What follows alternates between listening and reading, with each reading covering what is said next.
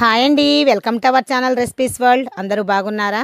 ఈరోజు మనం ఎంతో టేస్టీగా అండ్ క్రిస్పీగా ఉండే వడియాలు తయారు చేసుకుందామని. చాలా టేస్ట్గా వస్తాయి, మీరు కూడా ఒకసారి ట్రై చేయండి. రవ్వతోనూ సగ్గుబియ్యంతో రెండు కలిపి చేసుకుందామండి. ఇందుకు ఒక గ్లాస్కు అవి రెండు తయారు చేసుకున్నామంటే 8 గ్లాసులు వచ్చేసి వాటర్ పెట్టేసుకోవాలండి. ఇప్పుడు మనం ముందుగా ఎసరు పెట్టేసుకొని ఒక పావు గ్లాస్ వచ్చేసి సగ్గుబియ్యం తీసుకుందాము. నెక్స్ట్ అల్లము, జీలకర్ర, ఉప్పు, కొంచెం పచ్చిమిర్చి, రవ్వ అండి.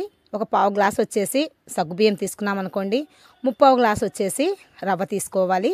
అంటే మొత్తం కలిసేసి ఒక గ్లాస్ అనమాట. దానికి మనం క్వాంటిటీ వచ్చేసి 8 గ్లాసెస్ వాటర్ పోసేసుకున్నాం కదా. ఇప్పుడు ఇవి రెండింటిని కలిపేసి బాగా మిక్సీకి ఫైన్ పౌడర్లా తయారు చేసేసుకోవాలండి. చూసారా, బాగా మెత్తగా వచ్చేసిందనమాట. ఓకే, దీన్ని వచ్చేసి ఒక బౌల్లో పోసేసుకోవాలి. ఇప్పుడు మనం పచ్చిమిర్చి, అల్లము, జీలకర్ర, ఉప్పు అన్నీ తీసి ఉంచుకున్నాం కదా, ఇవి కూడా ఒకసారి పేస్ట్లా వేసుకొని పక్కన ఉంచుకోవాలి. ఇప్పుడు మనం ముందుగా పక్కన పెట్టించుకున్న పిండిలో వచ్చేసి ఒక గ్లాస్ వాటర్ పోసేసి అలా కలిపి ఉంచుకోవాలన్నమాట. మనం ఉండలు కట్టకుండా ఉంటుంది ఇలా కలిపి పెట్టుకోవడం వల్ల. మనకు పొయ్యి మీద ఎసురు కాగుతూ ఉన్నాయి కదండి, తర్వాత ఎసురు కాగాక ఇవి వేసుకోవాలన్నమాట. ఇప్పుడు మనం ముందుగా పేస్ట్ తయారు చేసి ఉంచుకున్నాం కదా, అల్లం పేస్టు, అది వేసేసుకోవాలి. ఒక్కసారి కలిపేసుకొని మనం ముందుగా కలిపి ఉంచుకున్నాం కదా పిండి, అది కూడా అందులో వేసేసుకొని బాగా కలుపుకోవాలండి. మనం వాటర్ పోసుకోవడం వల్ల ఏంటంటే ఉండలు కట్టదనమాట. లేకపోతే మనం పిండి వేసేటప్పుడు ఉండలు కడుతుంది, అప్పుడు చాలా ఇబ్బంది అనిపిస్తుంది మనం కలపటానికి. ఇప్పుడైతే చాలా ఈజీగా ఉంటుందన్నమాట.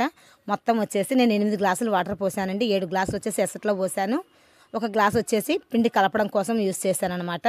చూసారా, అలా మీడియం ఫ్లేమ్లో పెట్టి బాగా ఉడకనివ్వాలన్నమాట.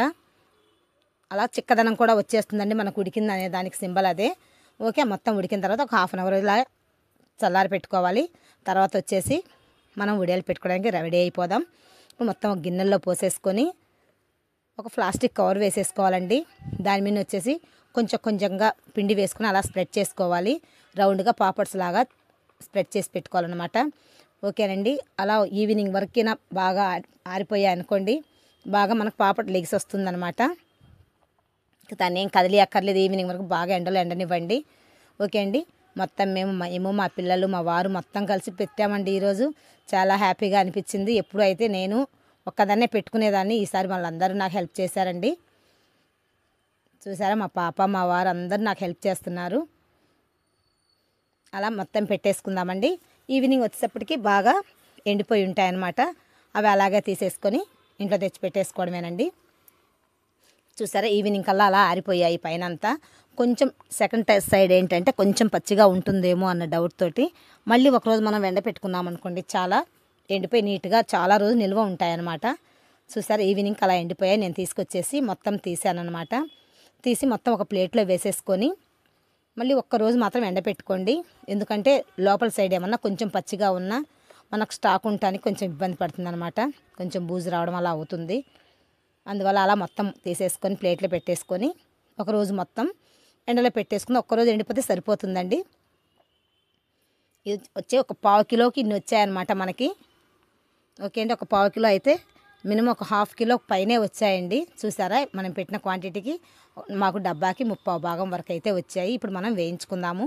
స్టవ్ మీద బాండి పెట్టేసి ఆయిల్ పోసేసుకోవాలి. ఆయిల్ వేడయ్యాక అక్కడ 1 బై 1 వేసుకుంటూ అలా వేయించుకోవాలన్నమాట. చాలా టేస్ట్గా ఉంటాయండి. బయట కొనే వాటికంటే కూడా మనం ఇంట్లో చేసుకుంటే హెల్తీ కాబట్టి మనం ఇంట్లో చేసుకోవడం బెటర్ అండి, బయట పాపడ్స్ తెచ్చుకునే కంటే. చూసారా, ఎంతో క్రిస్పీగా చాలా బాగా వచ్చాయండి. ఇవి మన పప్పులోకి, పప్పుచారులోకి, విడిగా స్నాక్స్ టైప్లో కూడా తినేసేయచ్చు అనమాట. ఓకే అండి, అంతే, మనకు పాపడ్స్ రెడీ అయిపోయాయి. ఈ వీడియో మీకు నచ్చినట్టయితే లైక్ చేయండి, షేర్ చేయండి, సబ్స్క్రైబ్ చేయండి. థ్యాంక్